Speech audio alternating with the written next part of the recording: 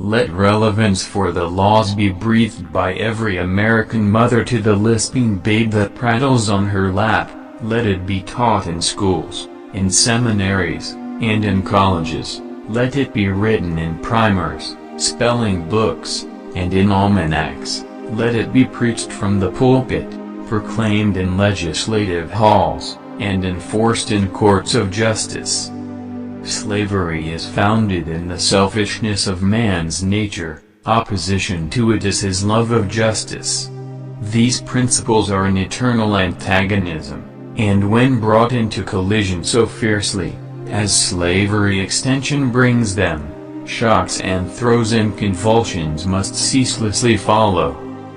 The mystic cords of memory, stretching from every battlefield and patriot grave to every living heart and hearthstone, all over this broad land, will yet swell the chorus of the Union, when again touched, as surely they will be, by the angels of our nature. Republicans are for both the man and the dollar, but in case of conflict the man before the dollar.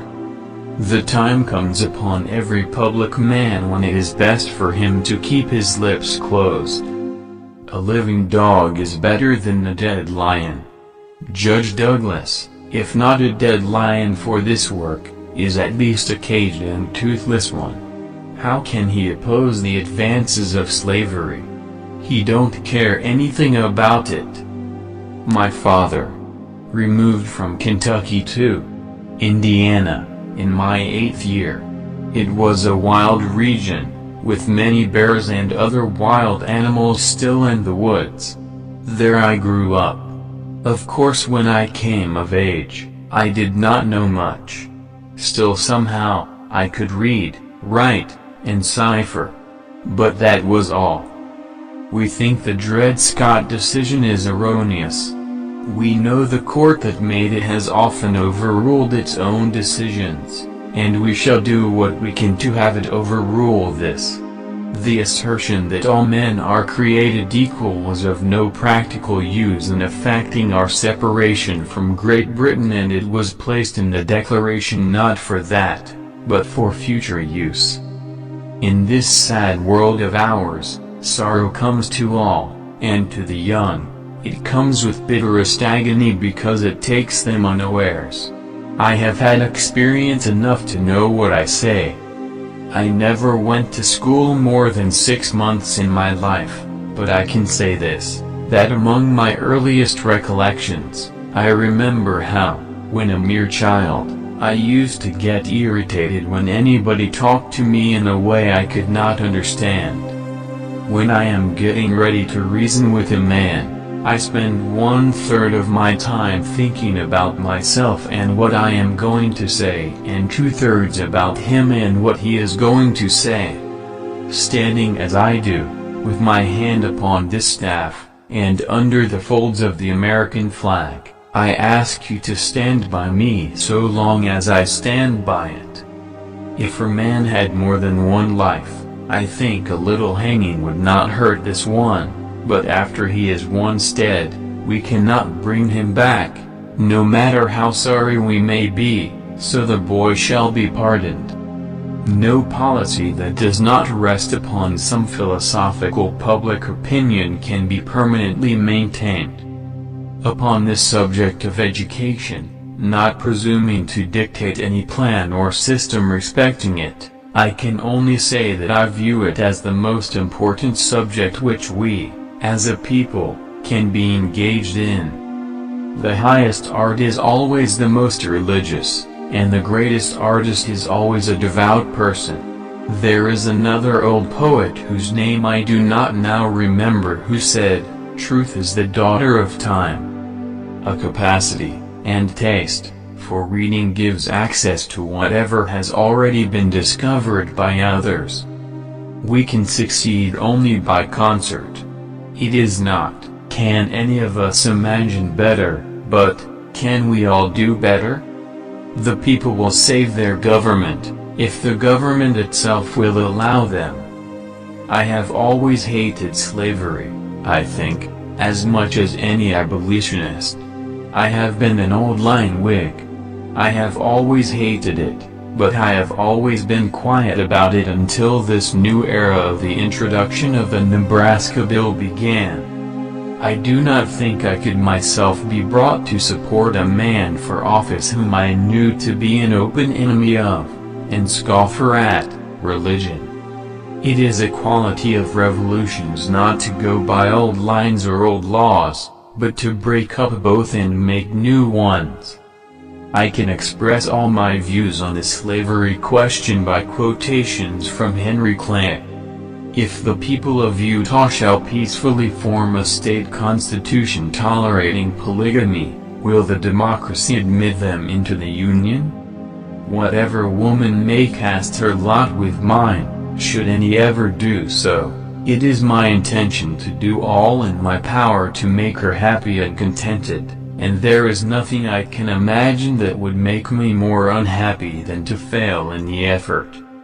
If ever I feel the soul within me elevate and expand to those dimensions not wholly unworthy of its almighty architect, it is when I contemplate the cause of my country, deserted by all the world beside, and I standing up boldly and lone and hurling defiance at her victorious oppressors.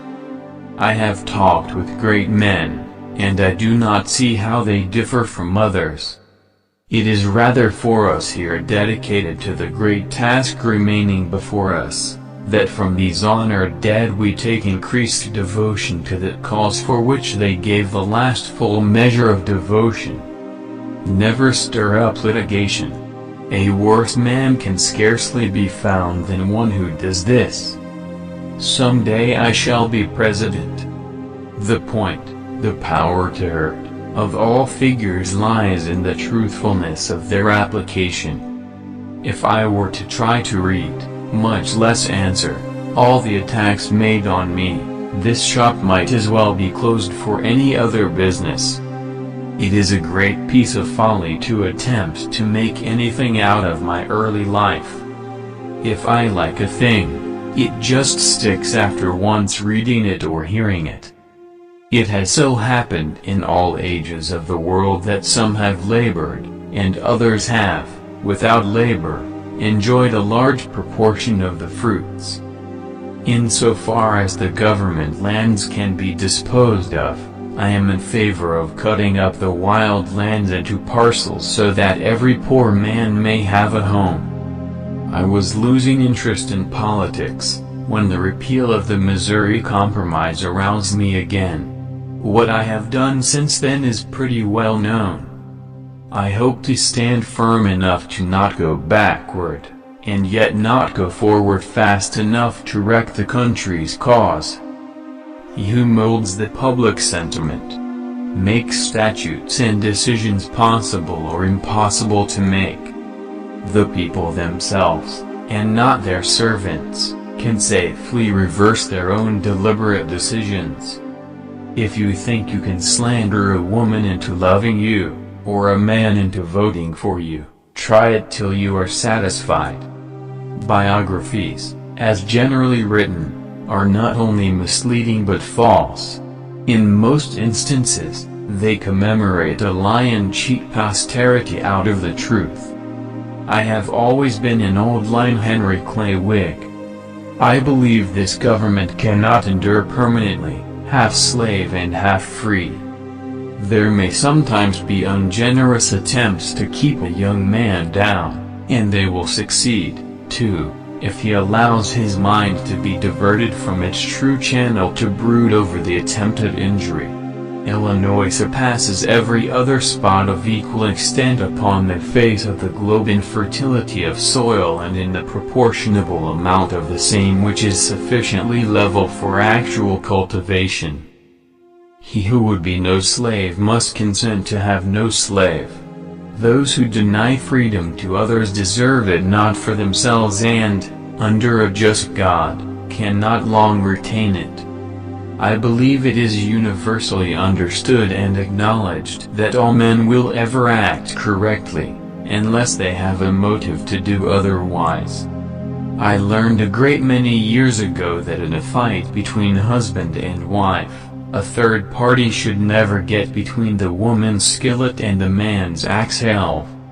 My parents were both born in Virginia, of undistinguished families, second families, perhaps I should say. Nothing new here, except my marrying, which to me is a matter of profound wonder.